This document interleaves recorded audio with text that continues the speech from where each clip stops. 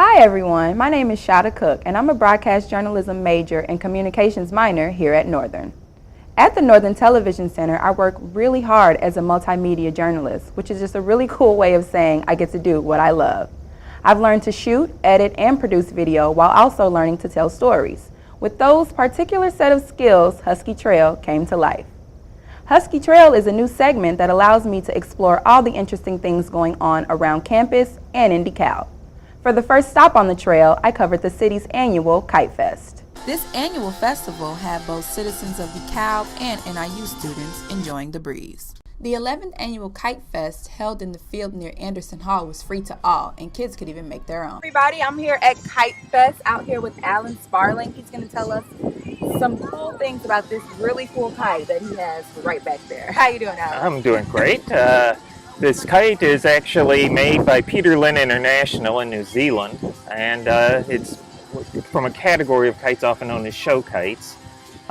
This one is actually 19 years old. I've been flying this one for 19 years. It's flown on 5 continents. Nice. And so it's flown all around the world. It's the one that does best in light winds for me, which for today was a necessity. Right. So now, is kites just something, are there something you're passionate about? Or I see your t-shirt, is that your being or? No, well, it's a hobby gun. It's a hobby gun insane. Nice. So go pull that line in a minute. Alan gave me a chance at flying one of his favorite show kites, and it was clear that I was a beginner. After the scheduled kite show, I even had a chance to meet with one of the event's sponsors. The Art Attack, which is a nonprofit art organization, and we teach art to ages 2 through adults. But I also do paint class parties and do workplace workshops and go out and do kite fest. Everyone's favorite Husky, Victor E., had a chance at making his own kite as well. Join us next year on the second Sunday of September with your kite. And that's all for this stop on the Husky Trail. While I was shooting this, Mr. Sparling told me that the same kite I helped ground had been flown in 9 different countries. That's 8 more than I've ever visited, so it's safe to say that I was a bit jealous. Next up, we discover all the appealing things about John and Mac Apple Orchard. Bouncy pillows, pumpkin spice, tons of apples, baby goats, and almost everything nice are just some of the things we saw this past weekend. The main event here at John and Mac Orchard is the apple and pumpkin picking that they have right behind me. We're going to take a look. Hi. What's going on today, Bill? So we're doing a bunch of apple picking today, of course. We're at an apple orchard. We have a couple different varieties out here, tart and sweet. So how long have you been working here? On and off for about 3 or 4 years. John and Mac's newest attraction is their cider house, where those crispy homegrown apples are turned into delicious white and red wine. Hanging out or listening to music, there was something for everyone. Thanks for visiting this stop on the Husky Trail. Thank you for visiting this stop on the Husky Trail.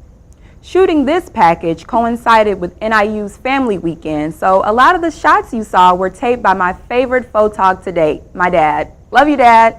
The trail also led us to the art box, where the owner was once a Husky too.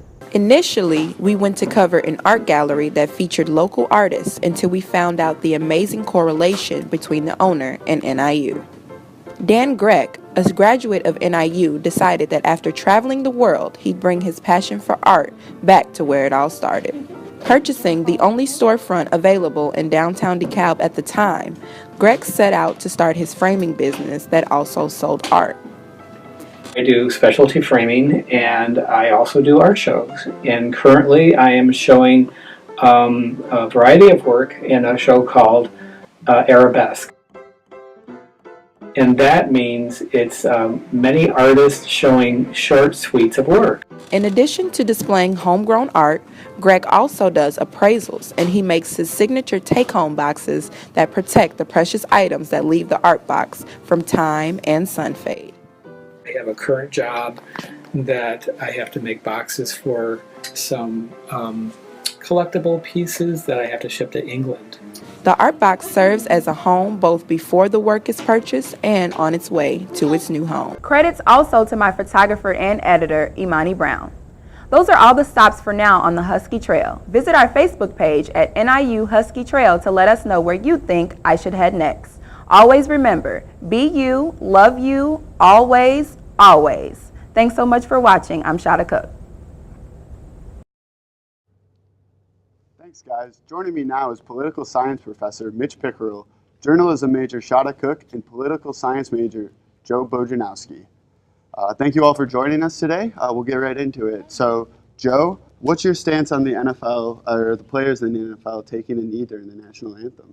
Well, from a personal perspective, I've known people who have served in the military and our nation's armed forces, and to a certain extent, when they play the national anthem, it's not to support everything that's going on in America per se. It's for the veteran who couldn't be there today to watch the game.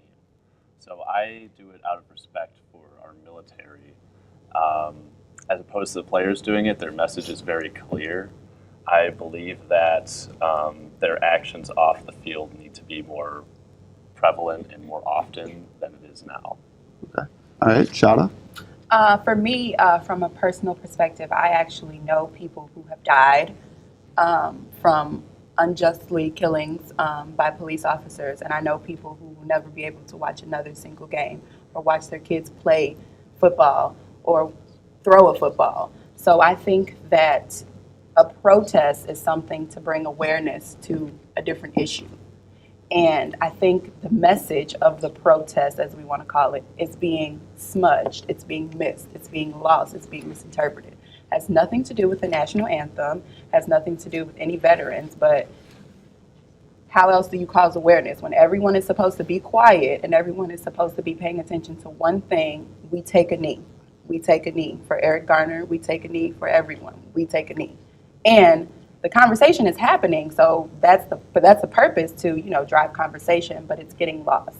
It has nothing to do with the flag, has nothing to do with veterans. There's actually a quote from Colin Kaepernick that he told the NFL media where he says, "Why would I stand and salute a country that oppresses black people?" And I think that the oppressor cannot tell the oppressed people how to protest the oppression. I just don't think I just really don't think that that's valid. Okay. All right. Mitch, do you have anything else to add to that? Well, as a constitutional law guy, I'm pro-free speech. So to me, I think the issue has actually kind of expanded into a free speech issue because the protests have grown in response to the criticisms. And so I think it's just as much about talking about the importance of free speech in a free society and democracy at this point as it is the substance behind the original protests. Okay. So, Mitch, could you explain a little bit why people might be saying this is illegal and players who protest should be fired since they are at work while they are protesting? Sure, it's kind of a complicated issue. A lot of people want to bring the First Amendment in, but it would be very difficult for it to become a First Amendment issue because it's not the government. Although the president has said he doesn't like it, he hasn't used the force of government to try to prohibit it. That would become a free speech issue. So at this point, it would really be an employment issue, an employment law issue, or a contract issue, that would just really be a matter of contract law and the actual content of the contract, both the players' union contract with the NFL and individual contracts. Okay. All right. So, Shada, how has the protest changed in your opinion since Colin first took the knee in 2016? I'll just expand on it a bit that I just spoke about. It's just being lost. It's being smudged. Colin Kaepernick, from his mouth, stated that he kneels during the anthem to protest the oppression of black people. He said that. So I think that grasping from it what you want and grasping from it what you feel like will support your stance is just a little bit, it's just a privilege. It's a privilege that that someone could say, oh, well, it's disrespectful to veterans when he's clearly saying, oh, well, this country is disrespectful to black people.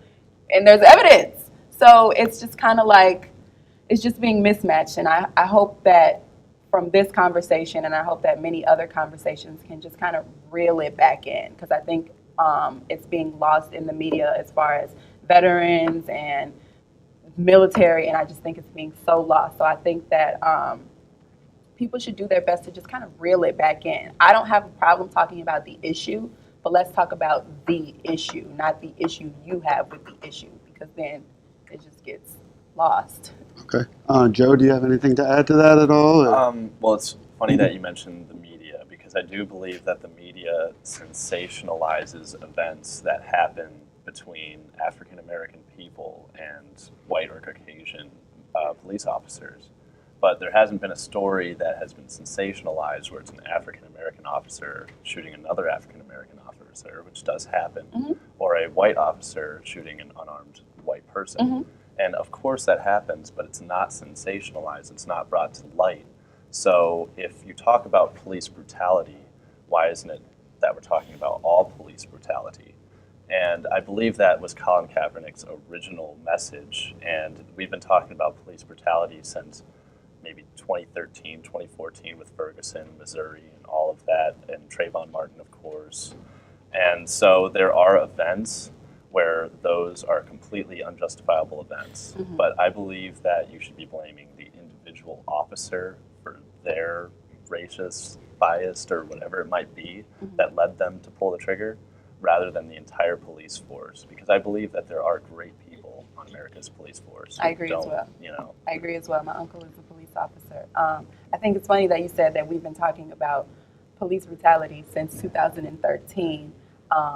When everything that I am has been talking about police brutality since the beginning of time. My grandfather was a Black Panther, and police brutality is it's in his blood. He doesn't. That's all he knows. So I think that absolutely we can talk about that specific officer and what kind of prejudices they had to lead them to pull the trigger. But I think the issue is the fact that the officer goes unpunished.